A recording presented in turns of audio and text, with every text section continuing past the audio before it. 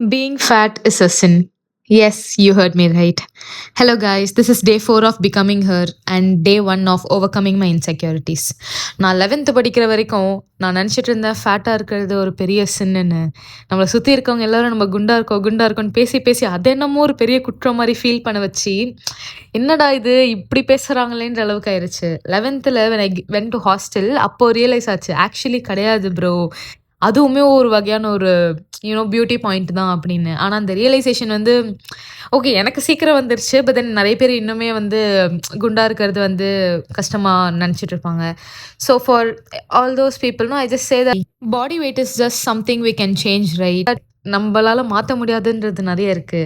And அதெல்லாம் தாண்டி what is more important is the core character of us right. So அது வந்து மாறாத வரைக்கும், நீங்களா இருக்கிற வரைக்கும், அதுல எந்த ஒரு பாதிப்பு இல்லாத வரைக்கும் just stay happy. Just cherish your self.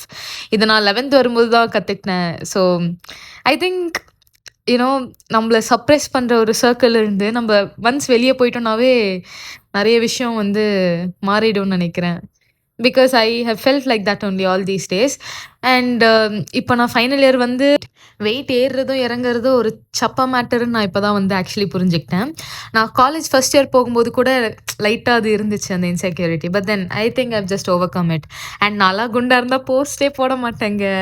But now I just I'm just trying to stay consistent in my work, and I think I've just overcome this fear of mine. Being real is what matters. Stay hydrated. Bye.